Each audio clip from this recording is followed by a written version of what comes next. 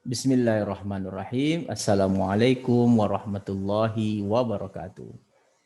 Puji syukur atas kehadirat Allah Subhanahu wa taala atas semua limpahan rahmat dan kasih sayangnya bagi kita semua, di mana kita masih diberikan kesehatan, kesempatan, semangat untuk terus berbagi ilmu di musim pandemi COVID-19 ini. Salam dan salawat kita panjatkan kepada baginda Rasulullah Sallallahu Alaihi Wasallam dengan melafazkan Allahumma salli ala Sayyidina Muhammad wa ala ali Sayyidina Muhammad. Kembali bertemu bersama saya Dr. Rado Yendra SSI MSc bersama lembaga Rado Institut Statistik Online dalam kampus dunia maya www.radoinstitute.com. Nah, kita akan melanjutkan teori perkuliahan kita masih tentang the properties of point estimators yang pada saat ini kita akan memasuki masalah sufficiency atau kecukupan. Nah, kita akan lihat teori yang melatar belakangi dari apa yang kita bicarakan pada hari ini.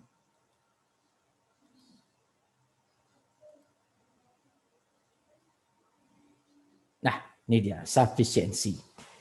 Nah, teori sufficiency ini dilandasi oleh cerita teori sebagai berikut. Katanya, let's you be a statistic based on random sample y1 until yn, then U is a sufficient statistic for the estimation of parameter theta if and only if the likelihood can be factorized into two negative non-negative function g u theta and h y1 until yn, where g u theta is function only of u and theta and h y1 until yn is not a function of theta. Nah, jadi kalau kita lihat dalam teori yang diberikan, ada beberapa kata kunci yang diberikan. Yang pertama, katanya bahwa untuk mendapatkan atau untuk memperlihatkan U itu sebagai statistik cukup, katanya bentuklah fungsi likelihood, di mana fungsi likelihood tadi akan dibagi dalam dua fungsi non negatif. Yang pertama fungsi G U theta, yang kedua fungsi H Y1 Y2 hingga Yn. Di mana katanya G U theta itu adalah hanya fungsi U dan theta saja. Sedangkan H Y1 Yn, Hy1 Y2 Yn adalah fungsi yang tidak ada tetanya. Jadi ada beberapa kata kunci yang harus kita pahami. Yang pertama, kita harus terlebih dahulu mengenal apa itu likelihood. Oke, ini likelihood. Nah, menurut teori katanya likelihood itu jika variabel acak Y1 Y2-nya itu kontinu, maka yang dikatakan likelihood adalah joint density function. Jadi kalau joint density function artinya kita mengalihkan fungsi densitas tunggalnya dari Y1 hingga ke Yn. Itu namanya joint density function. Tapi kalau dia discrete namanya joint probability. Jadi kalau begitu, langkah-langkah untuk mendapatkan statistik cukup ini adalah pertama sekali dapatkan likelihood, lalu bagi dua fungsi tadi menjadi fungsi G U theta. Ingat, U itu nanti tergantung soal. Lalu dapatkan fungsi berikutnya yaitu fungsi Hy1 Y2 Yn yang tidak tergantung kepada theta. Jadi kalau begitu sederhana saja caranya untuk mendapatkan statistik cukup atau untuk memperlihatkan U itu adalah statistik cukup. Ingat U itu bisa berubah, bisa berupa sigma YI, bisa berubah berupa YI garis, bisa berupa YI kuadrat, tergantung kepada soal yang diberikan. Nanti tengok soalnya. Dapatkan likelihood. Likelihood itu joint density function. Fungsi densitas bersama kalau dia continue. Kalau dia discrete namanya joint probability. Nah, kita udah bahas masalah joint density function. Joint density function perkalian dari fungsi densitas tunggalnya. Nah, itu loh yang kita bahas. Udah kita bahas semuanya. Jadi caranya dapatkan likelihood bagi dua fungsi tadi, fungsi yang melibatkan statistik cukup U dan theta saja, dan fungsi yang hanya terdiri dari Y1, Y2, Yn saja. Oke, di mana kalau dikalikan GU theta dan HY1 YN itu akan kembali menjadi likelihood-nya. Oke, jadi tidak ada jadi masalah. Nah, kalau kita lihat contoh misalnya, contoh sederhana saja, diberikan Y1, Y2, Yn adalah sampel acak dengan density function. Nah, berarti dia continue. Density function-nya FYI seper theta eksponen min YI per theta. YI dari 0 sampai theta. Ini kalau kita ingat kembali, ini namanya fungsi densitas peluang distribusi eksponen namanya. Nah, akan ditunjukkan Y garis itu adalah statistik cukup untuk parameter theta. Berarti U di sini adalah dalam soal ini U yang dimaksud itu adalah Y garis. Nah, kalau begitu caranya dapatkan likelihood. Nah, ini saya katakan tadi notasi likelihood. Ini dia joint density function. Karena dia saling bebas, maka saya katakan tadi hasil kali tunggalnya. Ini dia FY1. Kalau FY1 tentu eksponen min Y1 per theta per theta. Kalau Y2 eksponen min Y2 per theta per theta. Kali sampai ke YN eksponen min YN per theta per theta. Lalu ini hasilnya. Ini hasil likelihood. Ini likelihood namanya. Nah, dalam likelihood tadi, kalau kita lihat min sigma Y ini, kenapa kok bisa menjadi di sini NY garis? Karena kita tahu rumus Y garis itu kan sama dengan sigma YI per N. Maka di sini sigma YI itu adalah N kali Y garis. Makanya sigma Y itu berubah menjadi NY garis. Nah, kita lihat di sini bagaimana trik membagi dua fungsi likelihood ini menjadi fungsi G. Menjadi fungsi G U theta dan HY1 Y2. Coba lihat. GU, U-nya tadi Y garis. Ingat kalau dikatakan GY garis, theta dalam fungsi tadi ada Y garis, ada theta. Lalu HY1 Y2-nya mana? HY1 Y2-nya ternyata adalah diambil satu saja. Jadi pengalaman bagi kita, ternyata kalau fungsi likelihood-nya sudah terdiri dari U dan theta, berarti boleh kita munculkan fungsi Y1 Y2 itu adalah satu. Nah, kalau dikalikan fungsi GY garis dan HY1 Y2 tadi harus sama dengan fungsi likelihood. Nah, begitu.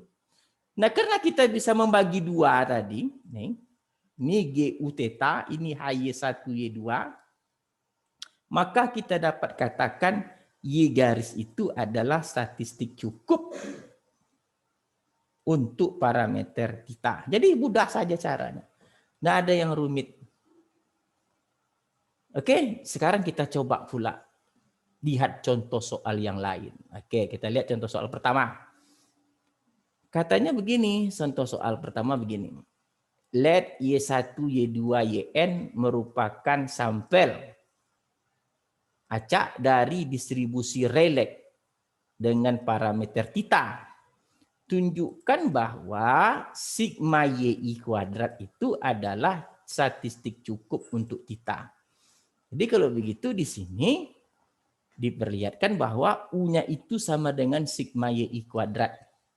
Nah, katanya berdasarkan latihan 934 itu diperoleh informasi relek. Nah, ini dia titik 9.34 tadi. Ini yang disebut sebagai Z-relek density function. Nah, seperti teori, langkah pertama jangan lupa dapatkan dulu likelihood. Jadi kita dapatkan likelihood terlebih dahulu. Jadi teorinya dapatkan likelihood.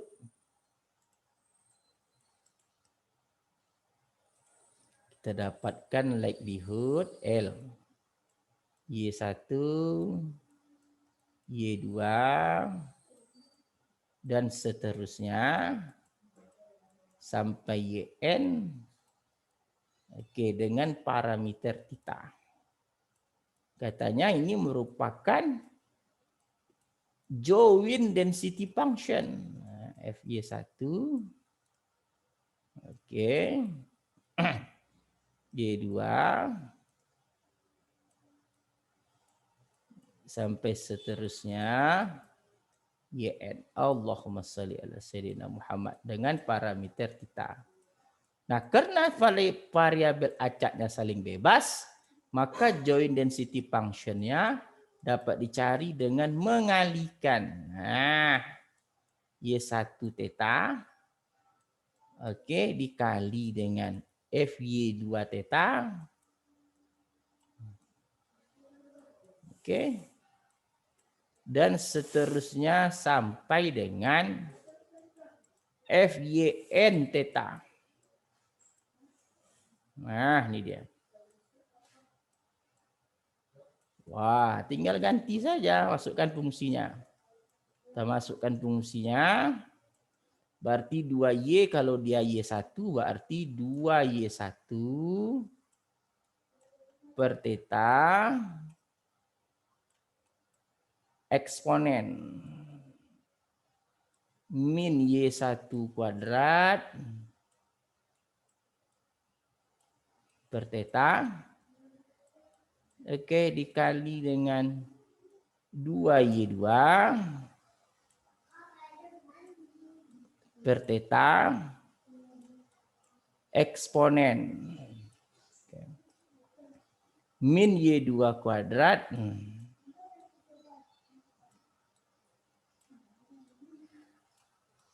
per theta dan seterusnya sampai 2yn per theta.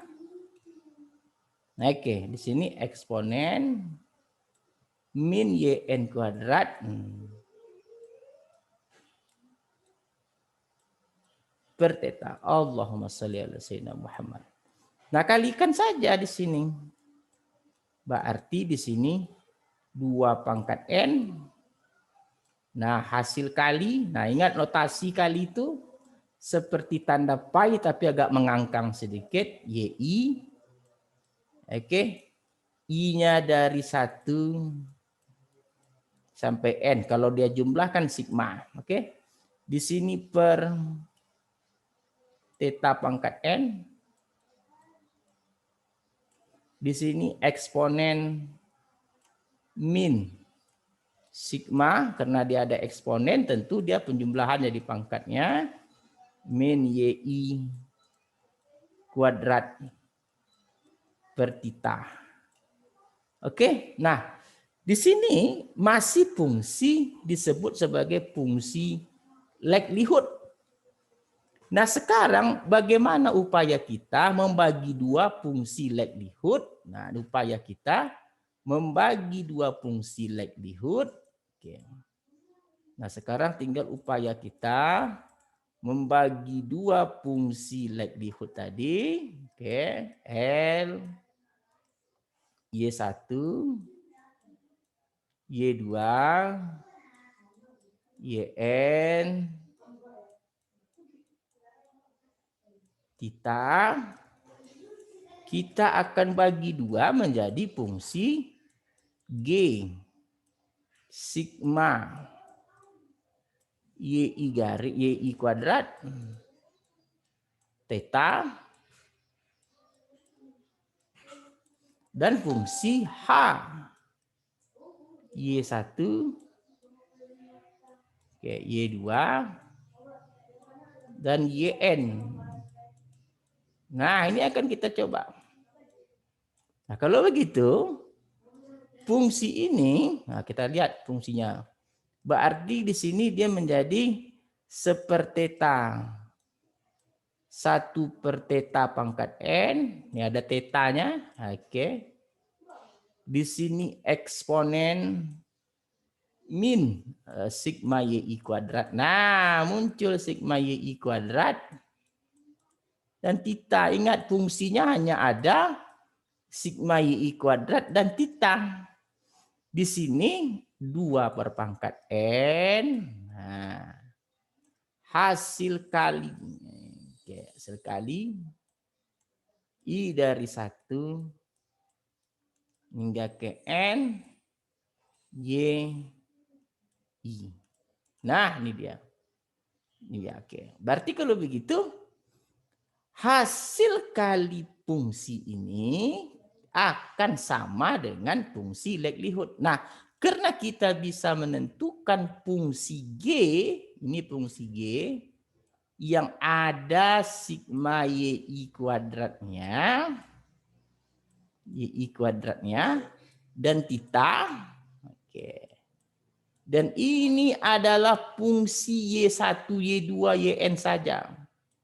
Ini adalah fungsi Y1, Y2, YN saja. Artinya fungsi yang tidak ada titanya. Tidak ada tita di sini. Tidak boleh ada tita. Nah, oleh sebab itu kita bisa menyatakan bahwa maka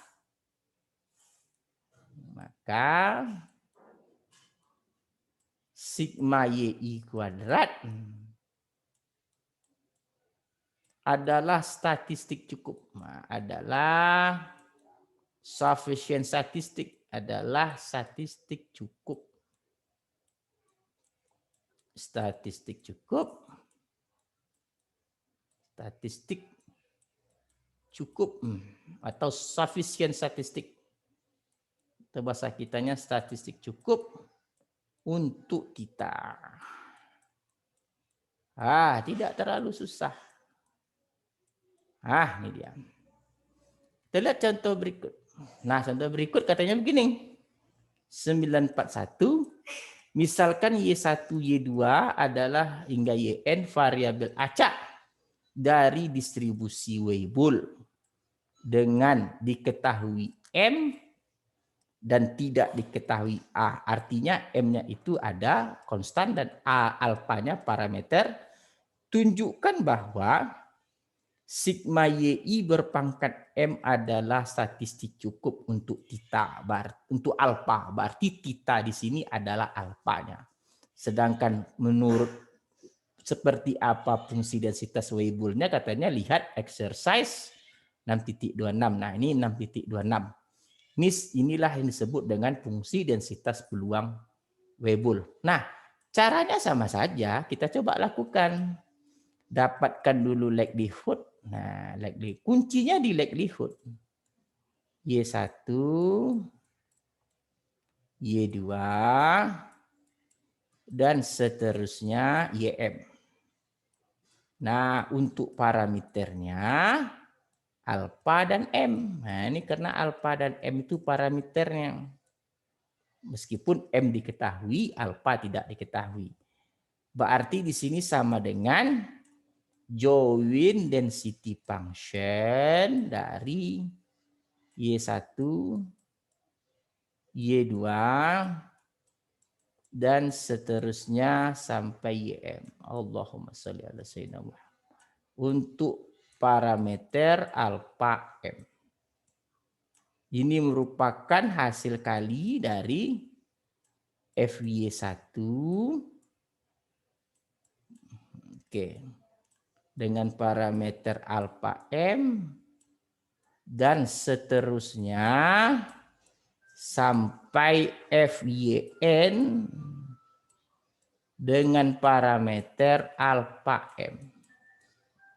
Nah, kalau kita buat, berarti dia sama dengan 1 per alfa M Y1 berpangkat M kurang 1 eksponen min Y1 berpangkat M per alfa dikali seterusnya sampai 1 alfa M YN berpangkat M kurang 1 eksponen min YN berpangkat M per alfa. Nah, ini dia. Jadi kalau kita kalikan, dia menjadi 1 alfa berpangkat M, berpangkat N, sorry maksudnya, M berpangkat N, karena M pangkat N, hasil kali, ingat, seperti tanda sigma mengangkang, YI, oke, M kurang 1, oke, I-nya dari 1 hingga ke N, di sini eksponen min sigma YI berpangkat M per alfa. Nah, ini dia. Nah, ini baru dikatakan likelihood. Lalu langkah berikut, bagaimana kita mengupayakan likelihood tadi. Nih, likelihood Y1, Y2, YM, YN maksudnya, dengan parameter alfa M, dia menjadi 2 fungsi, yaitu fungsi G yang 1 sigma YI berpangkat M, sigma YI berpangkat M, alfa, ingat dia A, alfa. Dan satu lagi adalah fungsi H, Y1, Y2, dan seterusnya YN. Artinya tidak ada alfanya. Kalau ada M-nya enggak apa-apa.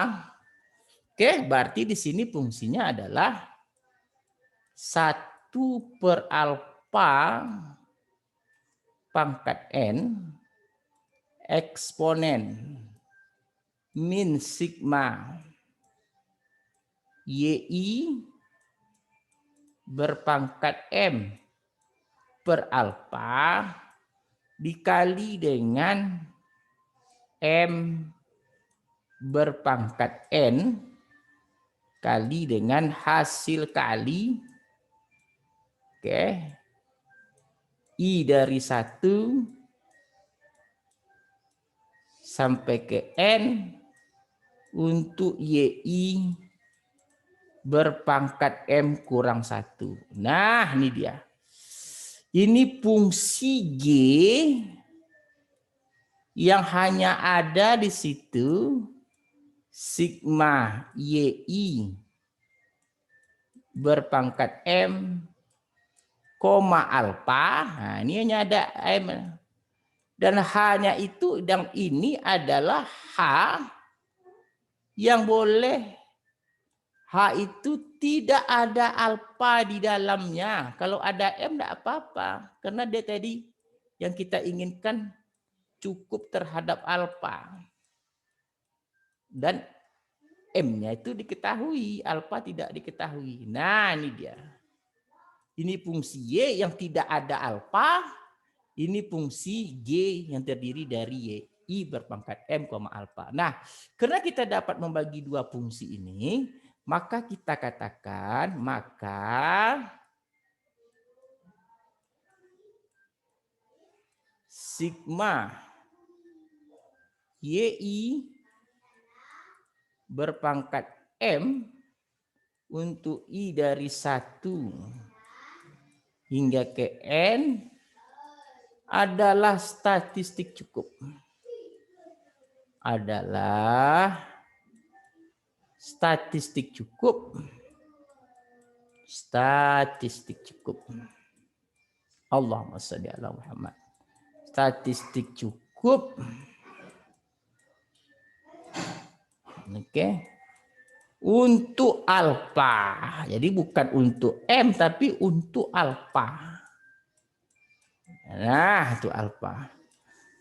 Sekali lagi, fungsi yang Y1, Y2, Yn ini adalah fungsi yang tidak ada alfanya. Kalau ada M, nggak masalah. Sedangkan G hanya terdiri dari sigma Y1 berpangkat M dan alfa. Nah, kalau begitu, sama dengan yang sebelumnya, hanya itu fungsi yang tidak ada tetanya. Kalau ini tadi yang tidak ada tetanya. Yang ini adalah YI kuadrat yang ada tetanya. Nah, kalau begitu kita telah sukses berbicara mengenai sufficiency statistik yang merupakan sifat dari titik estimator yang kesekiannya, yang ketiga. Ada efisiensi, ada konsistensi, dan ada sufisiensi.